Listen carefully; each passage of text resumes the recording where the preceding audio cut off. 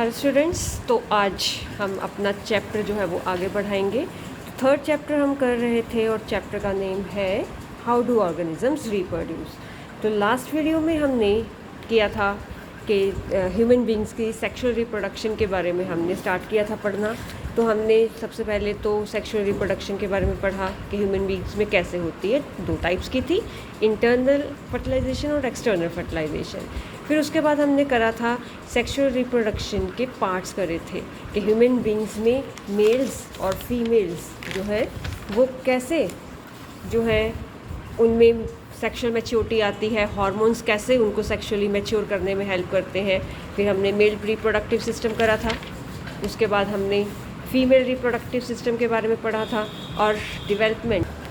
तो male reproductive system और female reproductive system के बाद फिर हमने फर्टिलाइजेशन का प्रोसेस पूरा पढ़ा था कि कैसे ह्यूमन बींग्स में फर्टिलाइजेशन होती है। और फिर उसके बाद हमने देखा था कि कैसे एम्ब्रियो जो है वो डिवेल्प होता है विद इन ह्यूमन बींग्स, या हम कह सकते हैं कि मदर के बॉडी के अंदर कैसे ह्यूमन बींग्स का जो बेबी है वो कैसे डिवेल्प होता है। और आफ्टर 9 मंथ्स, और हम कह सकते हैं कि 38 वीक्स के अराउंड जो है वो टाइम पीरियड जब पूरा होता है, बेबी फुली ग्रो करता है, तब बेबी का बर्थ होता है।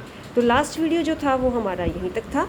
तो अब हम नेक्स्ट अपना टॉपिक स्टार्ट करेंगे, sexual cycle in females, means की मेंस्ट्रुएशन। तो मेंस्ट्रुएशन एक्चुअल में है क्या, ठीक है। तो अब ये हमने पढ़ना है।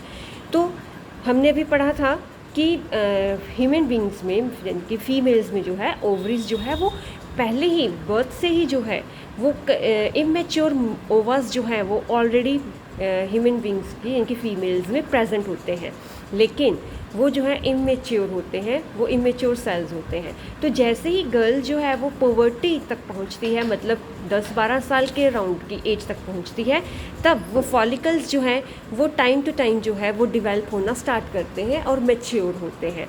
तो जैसे ही वो मैच्योर फॉलिकल्स जो है इनकी बर्स्ट करते हैं और वो ओवम की फॉर्म में जो है ओवरी से निकलते हैं, और उस प्रोसेस को इनकी ओवरी के से ओवम के प्रोड्यूस होने की प्रोसेस को जो है वो हम ओवुलेशन बोल देते हैं। मीन्स कि जब ओवरी से ओवम रिलीज़ होता है तो उस प्रोसेस को ओवुलेशन बोलते हैं।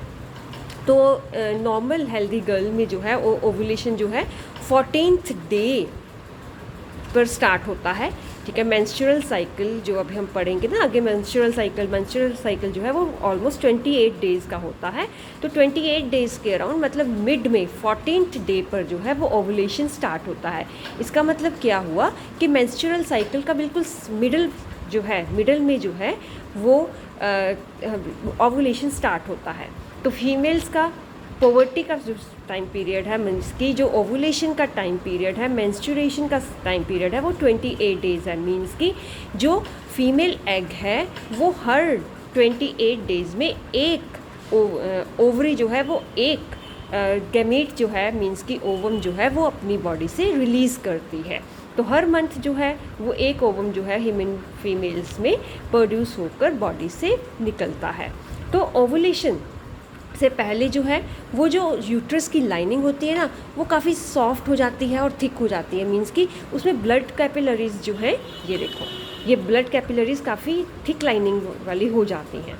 तो जैसे ही यूट्रस में ये सारी चेंजेस जो हैं वो इसलिए होते हैं कि जो ओवरी है, अगर ओवरी से जो एग रिलीज़ हुआ है अगर वो फर्टिलाइज्ड होता है तो वो जो है यहाँ पर आकर वो जाइगोट जो है फर्टिलाइजेशन के बाद जो जाइगोट बनेगा, तो यहाँ पर आकर यूट्रस की लाइन में आकर, हमने पिछले वीडियो में पढ़ा था कि वो एम्बेडेड हो जाता है, इसमें आकर जो है वो इनकी इसमें आकर यहाँ पर अच्छे से चिपक जाता है, बोल लो, ठीक है। सारी की सारी डेवलपमेंट यहाँ पर होती है। तो जाइगोट को सारी की सारी जो नरिशमेंट है वो यूट्रस की वॉल से मिलती है। तो यहाँ पर इसलिए यूट्रस की वॉल्स जो है वो काफ़ी थिक होने स्टार्ट हो जाती हैं, ठीक है। तो अगर वहाँ पर 14th-15th डे में मतलब कि वो 28 डेज़ के अराउंड जो है वो अगर ओवम को जो है वो स्पर्म नहीं मिल पाता है, अगर स्पर्म फर्टिलाइजेशन नहीं हो पाती है ओवम और एग के बीच में, तब आफ्टर 28 डेज़ या फिर 28 डेज़ के अराउंड जो है वो यूट्रस लाइनिंग जो है वो ब्रेक कर जाती है और ब्रेक कर कर वो फीमेल बॉडी से ब्लीडिंग के रूप में बाहर जो है वो आती है। तो साथ के साथ जो ओवम मैच्योर ओवम होता है वो भी बॉडी से रिलीज़ हो जाता है। तो इसी प्रोसेस को जिसमें जो है वो यूट्रस की लाइनिंग जो है वो टूटती है, ठीक है, और साथ के साथ वो रिमूव भी हो जाती है बॉडी से, जो उसकी यूट्रस की थिक और सॉफ्ट लाइनिंग होती है, और साथ के साथ फिर वो ब्लड जो है वो बॉडी से बाहर निकलता है। तो इस वजाइनल ब्लीडिंग बोलते हैं इसको, ठीक है।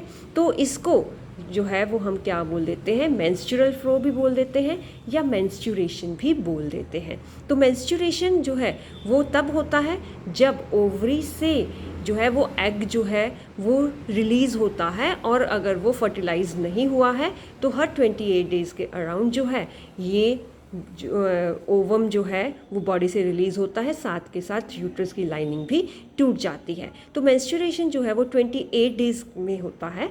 तो ये क्यों होता है, क्योंकि 28 डेज़ का साइकिल ही जो है वो ओवुलेशन का है, वो हमने भी पीछे पढ़ा था ना। तो इसलिए जो है हम मेंस्ट्रुएशन जो है वो होता है। तो मेंस्ट्रुएशन को हम सिंपल लैंग्वेज में पीरियड्स भी बोल देते हैं। तो अब सेक्सुअल साइकिल जो फीमेल का है वो पॉइंट्स में फिर से समझाया है कि 10 to 12 ईयर्स के अराउंड जो है गर्ल जो है वो पोवर्टी तक पहुंचती है, मतलब कि सेक्सुअली मैच्योर होना स्टार्ट होती है। सेक्स हार्मोन्स जो है वो ओवम जो है वो रिलीज़ करना स्टार्ट करते हैं। तो उसके बाद जो है मैच्योर ओवा जो है वो ओवरी से ओविडक्ट तक पहुंचता है, जिसको ओवुलेशन बोलते हैं। तो ओवुलेशन से पहले जो है यूट्रस की लाइनिंग जो है वो काफ़ी थिक और स्पॉन्जी होना स्टार्ट हो जाती है और अपने आप को प्रिपेयर करती है कि अगर एग फर्टिलाइज्ड हुआ है तो उसको नरिश कर सके अपनी लाइनिंग के बीच में। और अगर ओवम जो है वो फर्टिलाइज नहीं होता है, अगर उसको स्पर्म नहीं मिलता है, तो वो क्या होता है कि जो यूट्रस की थिक लाइनिंग है, सॉफ्ट लाइनिंग है, वो ब्रेक करती है और साथ के साथ बॉडी से एग और ब्लड जो है, ब्लड वेसल जो यूट्रस की टूटी है, तो वो जो है डेड ओवम के साथ बॉडी से बाहर निकलती है, जिसको हम मेंस्ट्रुएशन बोलते हैं। तो मेंस्ट्रुएशन जो है वो यूजुअली 14 डेज़, जो ओवुलेशन का 14th डेज है, क्योंकि ओवरी से 14th डेज़ के बाद जो है वो ओवम रिलीज़ होता है। तो ओवम रिलीज़ होने के 14 डेज़ के बाद ही जो है ओवुलेशन होता है, मेंस्ट्रुएशन होता है, और मेंस्ट्रुएशन 3 to 5 डेज़ तक रहता है, ठीक है। तो मेंस्ट्रुअल साइकिल जो है ये सारा जो है कौन कंट्रोल करता है, हॉर्मोन्स कंट्रोल करते हैं। एस्ट्रोजन और प्रोगेस्टेरोन पढ़ा था ना हमने। तो मेंस्ट्रुएशन जो है वो टेम्परेरली बंद हो जाती है अगर एग जो है वो फर्टिलाइज्ड होता है, मतलब कि अगर फर्टिलाइजेशन होती है तो एग जो मेंस्ट्रुएशन जो है वो टेम्परेरली स्टॉप हो जाता है और वीमेन जो है, लेडी जो है वो प्रेग्नेंट हो जाती है। मीन्स कि प्रेग्नेंट लेडीज़ जो है वो टेम्परेरली जो है वो मेंस्ट्रुएशन नहीं कर पाती, और जैसे ही बेबी का बर्थ होता है तो उसके बाद मेंस्ट्रुएशन फिर स्टार्ट हो जाता है। अब नेक्स्ट हमारे पास आता है मेनार्च और मेन्यूपोज। तो वो फर्स्ट मेंस्ट्रुएशन फ्लो जब पुबर्टी में फर्स्ट टाइम जो है वो एक फीमेल जो है वो मेंस्ट्रुएशन साइकिल उसमें स्टार्ट होता है, तो वो फर्स्ट अकरेंस जो है मेंस्ट्रुएशन की उसको हम मेनार्च बोलते हैं। तो हमने अभी पढ़ा था कि गर्ल्स में जो है वो 10 to 12 ईयर्स के अराउंड जो है वो मेंस्ट्रुएशन जो है वो स्टार्ट हो जाती है, मतलब पुबर्टी की जो एज है उसको हम मेनार्च बोलते हैं। तो ये 45 to 50 ईयर्स तक जो है वो लेडीज़ में हर मंथ जो है वो मेंस्ट्रुएशन साइकिल जो है वो चलता है, और फिर मेंस्ट्रुएशन जो है वो परमानेंटली स्टॉप हो जाता है लेडीज़ में, जिसको हम बोलते हैं मेन्यूपोज। तो मेन्यूपोज जो है वो 45 से 50 ईयर्स के अराउंड जो है वो हो जाता है। तो उसके बाद जो है मेन्यूपोज के बाद ओवुलेशन बंद हो जाता है और लेडी उसके बाद जो है वो प्रेग्नेंट नहीं हो सकती है, ठीक है। तो इस तरह से हम बोल सकते हैं कि विमेन में जो है वो रिप्रोडक्टिव साइकिल जो है वो मेनार्च में स्टार्ट होता है और मेन्यूपोज में बंद हो जाता है, ठीक है। तो उसके बाद जो है नेक्स्ट हमारे पास जो है वो लास्ट टॉपिक इस हमारे पास लेसन का आता है बर्थ कंट्रोल। तो हम देखते हैं कि डे बाय डे जो है वो पॉपुलेशन जो है वो बढ़ती जा रही है, ठीक है। और साथ के साथ जो है पॉपुलेशन बढ़ती जा रही है, फिर हमारे रिसोर्सेज भी कम पड़ते जा रहे हैं। तो इसके लिए जो है हमें, और साथ के साथ हमारी गवर्नमेंट कई सारी पॉलिसीज़ जो है वो निकाल रही है ताकि गवर्नमेंट जो है वो बर्थ कंट्रोल कर सके, पॉपुलेशन को कंट्रोल कर सके। तो as a citizen of India और किसी भी कंट्री के सिटीज़न होने के नाते हमारी भी ये रिस्पॉन्सिबिलिटी बनती है कि हम भी जो है वो अपने फैमिली को जो है वो बेस्ट नरिशमेंट दे सके, बेस्ट फूड दे सके। तो ये कभी तभी पॉसिबल है अगर हमारी स्मॉल फैमिली है। तो इसके लिए फैमिली प्लानिंग जो है वो सबसे ज़्यादा ज़रूरी है। तो ये एक स्लोगन भी है ना, small family is a happy family, कि अगर हमारी फैमिली छोटी है, 1 या 2 बच्चे हैं, तो हम उसको अच्छे से जो है वो नरिश कर सकते हैं, अच्छे से उसको पाल सकते हैं, अच्छे से उनको हम फूड, एजुकेशन, रिसोर्सेज दे सकते हैं। तो इसीलिए जो है वो स्मॉल फैमिली जो है वो हैप्पी फैमिली होती है, और फिर हम अपने बच्चों का, अपनी आने वाली जनरेशन को अच्छे से स्टार्ट कर सकते हैं, उनको अच्छा एनवायरनमेंट जो है वो दे सकते हैं। तो फैमिली प्लानिंग जो है वो कैसे की जा सकती है? बर्थ कंट्रोल मेजर्स के साथ। तो बर्थ कंट्रोल कैसे हो सकता है कि प्रेगनेंसी को रोका जाए, मतलब कि फीमेल्स में प्रेगनेंसी को रोका जाए। तो प्रेगनेंसी जो है वो ऐसे मेथड्स या फिर ऐसे प्रोसीजर्स से जो है वो रुक सकती है जिसमें स्पर्म्स जो है वो कॉपुलेशन के टाइम पर जो है वो ओवम से फर्टिलाइज ना हो सके। तो अब उसके लिए जो है वो कई सारे मेथड जो हैं वो नीचे हमारे डिस्कस हम करने जा रहे हैं। तो बर्थ कंट्रोल मेथड्स, तो prevention of pregnancy in women is called contraception. तो कॉन्ट्रासेप्शन क्या है कि प्रेगनेंसी को, लेडीज़ में प्रेगनेंसी को रोकना, तो ये हमारे पास क्या आ जाता है? कॉन्ट्रासेप्शंस आ जाता है। तो ये कॉन्ट्रासेप्शंस जो हैं वो हम किसी डिवाइस का यूज़ करके भी कर सकते हैं, किसी केमिकल या फिर हम बोल सकते हैं मेडिसिन का यूज़ करके भी कर सकते हैं। तो ये सारे मेथड्स जो हैं कॉन्ट्रासेप्टिव बोलते हैं। प्रोसेस जो हो गया जिससे हम प्रेगनेंसी रोकेंगे वो हमारे पास कॉन्ट्रासेप्शन आ गया, और जिस मेथड से हम ये प्रेगनेंसी रोकेंगे उस मेथड को हम कॉन्ट्रासेप्टिव बोलते हैं। तो 3 हमारे पास ये कैटेगरीज हमारे पास आती हैं, एक बैरियर मेथड, एक केमिकल मेथड, और थर्ड है सर्जिकल मेथड्स। तो फर्स्ट आ जाता है बैरियर मेथड। तो बैरियर मेथड जो है वो ऐसा मेथड है जिसमें प्रेगनेंसी को हम कैसे रोक सकेंगे? फिजिकल डिवाइसेस के साथ, सच एज जैसे कॉन्डम्स हो गया या डायफ्रागम्स हो गया। ठीक है, कॉन्डम्स जो है वो मेल्स यूज़ करते हैं और डायफ्रागम जो है वो लेडीज़ के में जो है वो यूज़ किया जा सकता है। तो इसमें जो है कॉपुलेशन के टाइम पर जो है वो स्पर्म और ओवम की जो है फर्टिलाइजेशन को हम बैरियर एक तरह से लगा सकते हैं, उसको हम जो है वो रोक सकते हैं। तो इसमें जो है वो जैसे अब सेक्सुअल ट्रांसमिटेड डिजीज़ हैं, जैसे गोनेरिया है, साइफिलिस है या एड्स है, तो ये दोनों कॉन्डम्स का यूज़ करके ये तीनों के तीनों जो सेक्सुअल ट्रांसमिटेड डिजीज़ हैं इनसे भी बचा जा सकता है। नेक्स्ट आता है केमिकल मेथड्स। तो केमिकल मेथड्स ऐसे मेथड्स हैं जिसमें प्रेगनेंसी को रोकने के लिए फीमेल्स में जो है वो पिल्स का मतलब टैबलेट्स जो है, गोलियां जिसको हम सिंपल बोल सकते हैं, तो वो लेते हैं। तो 2 टाइप्स की पिल्स आती हैं इसमें, ऑरल पिल्स मतलब खाने वाली होगी, एक वेजाइनल पिल्स होगी। तो ये दोनों क्या करते हैं कि ओवम को रिलीज, यानी कि जो ओरल पिल्स हैं ये ऐसे इसमें हार्मोन्स होते हैं जो कि ओवम को रिलीज़ नहीं होने देते ओवरी से, और फिर जब ओवरी से रिलीज़ नहीं होंगे ओवम तो वो फर्टिलाइजेशन वहाँ पर नहीं हो सकती। तो ओरल पिल्स को हम ऑरल कॉन्ट्रासेप्टिव्स भी बोल सकते हैं। ठीक है, तो सेकंड जो है हमारे पास वेजाइनल पिल्स। तो इसमें क्या है कि वेजाइनल पिल्स में जो है वेजाइना में वो पिल्स जो है डॉक्टर जो है वो कि वहाँ पर जो है वो रखते हैं जिससे जो है ये केमिकल जो है वेजाइनल पिल्स जो है इसमें केमिकल्स होते हैं जिसको स्पर्मिसाइड्स बोलते हैं। तो ये स्पर्मिसाइड्स क्या करते हैं कि स्पर्म्स को मार देते हैं जिससे फर्टिलाइजेशन नहीं हो पाती है। थर्ड आता है intra uterine contraceptive device IUCD। तो ये जो है IUCD इसमें हम एक डिवाइस है जिसको कॉपर टी बोलते हैं। तो इसमें कॉपर टी जो है वो यूट्रस के अंदर जो है वो डॉक्टर जो है या फिर नर्सिस जो है वो इम्प्लांट करते हैं, बॉडी के अंदर रखते हैं, जिससे फर्टिलाइज्ड एग जो है वो यूट्रस में इम्प्लांट नहीं हो पाता। मतलब कि एग तो फर्टिलाइज हो गया लेकिन यूट्रस में वो डेवलप नहीं हो पाता। तो इससे भी अनवांटेड प्रेगनेंसी को रोका जा सकता है। नेक्स्ट आता है सर्जिकल मेथड्स। तो सर्जिकल मेथड्स जो है वो इनकी छोटा सा ऑपरेशन हम बोल सकते हैं, मेल्स और फीमेल्स दोनों में होता है। तो मेल्स में जो है जो स्पर्म डक्ट है उसका छोटा सा पार्ट जो है वो रिमूव कर दिया जाता है और दोनों एंड्स को जो है वो टाई कर दिया जाता है, मतलब बांध दिया जाता है, जिससे स्पर्म्स जो है उनका यानी कि वो बाहर नहीं आ पाते हैं। तो ऐसे ही जो है इस सर्जिकल प्रोसीजर को जो है वो वैस्कटर्नी बोलते हैं।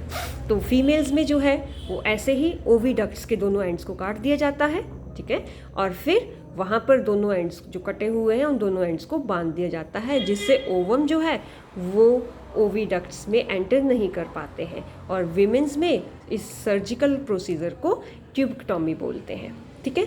तो नेक्स्ट आता है स्टॉप फीमेल फीटिसाइड। तो अब जो है फीटिसाइड मतलब फीमेल फीटिसाइड मतलब कि भ्रूण हत्या जिसको हम बोलते हैं, कि जैसे अब कई बार होता है आजकल तो ये इलीगल है। अगर हम इनकी जैसे अब अल्ट्रासाउंड वगैरह कराते हैं ड्यूरिंग प्रेगनेंसी, तो फिर अगर उसके बाद पता चले कि जो बच्चा है वो एक फ़ीमेल है, तो लोग क्या करते हैं, लड़के की चाह में क्या करते हैं, लड़कियों को मरवा देते हैं जन्म लेने से पहले ही। तो उसको फीमेल फीटिसाइड बोलते हैं। तो फीमेल फीटिसाइड क्या है? Killing of the unborn girl child is called female foeticide. कि जो अभी तक लड़की पैदा ही नहीं हुई उसको मारना, फीटस में ही, यूट्रस में ही मार देना, तो वो फीमेल फीटिसाइड हो जाता है, ठीक है। तो लॉ जो है वो हमें क्या कहता है कि कुछ सर्कमस्टांसिस में ऐसे जिसमें अगर मदर के लिए ये प्रेगनेंसी ठीक नहीं है या फिर बच्चा जो है वो अभी कि वो उसकी ग्रोथ जो है वो प्रॉपर नहीं है और वो नॉर्मल बच्चा नहीं बन सकता, तो उस टाइम में जो है वो लॉ जो है वो कहता है कि आप जो है बच्चे को इनकी अबॉर्ट कर सकते हो। लेकिन इलीगली क्या हुआ कि बच्चों पैसा कमाने के लिए डॉक्टर्स और लड़के की चाह के लिए जो सिटीजन्स हैं वो फीमेल फीटिसाइड की तरफ बढ़ चले हैं। तो लड़का और लड़की दोनों बराबर होते हैं। तो ये जो है अनहेल्दी सोसाइटी को क्रिएट करता है। इससे क्या हो रहा था कि लड़कों का नंबर जो था वो बढ़ता जा रहा था और लड़कियों का कम होता जा रहा था। तो इस कारण जो है मेल फीमेल सेक्स रेशो जो है वो मेंटेन करने के लिए दोनों मेल्स और फीमेल्स बराबर जो है परसेंटेज पर बराबर यानी कि रेशो में होने चाहिए। तो फीमेल फीटिसाइड जो है वो ऑलमोस्ट बंद होना चाहिए हर हालत में, ठीक है ना। तो आजकल तो इलीगल है, लेकिन फिर भी कई लोग ऐसे हैं जो कि इसको अभी भी इलीगली करे जा रहे हैं, तो ये गलत है। तो नेक्स्ट आता है सेक्सुअली ट्रांसमिटेड डिजीज़ मीन्स कि STD। तो सेक्सुअली ट्रांसमिटेड डिजीज़ ऐसे डिजीज़ होती हैं जो सेक्सुअल कॉन्टैक्ट से इन्फेक्टेड पर्सन में से हेल्दी पर्सन में ट्रांसमिट होती हैं। तो ये डिजीज़ सेक्सुअली ट्रांसमिटेड डिजीज़ कहलाती हैं। तो इसमें एक हेल्दी जो पर्सन है, ठीक है, उसको जो है वो ये सेक्सुअली ट्रांसमिटेड डिजीज़ हो सकती है अगर वो सेक्सुअली कॉन्टैक्ट में आता है किसी इन्फेक्टेड पर्सन के। तो 3 टाइप्स की हमारे पास यहाँ पर STDs हैं। एक गोनोरिया है, एक साइफिलिस है, एक एड्स है। तो गोनोरिया और साइफिलिस जो है वो बैक्टीरिया के द्वारा होता है।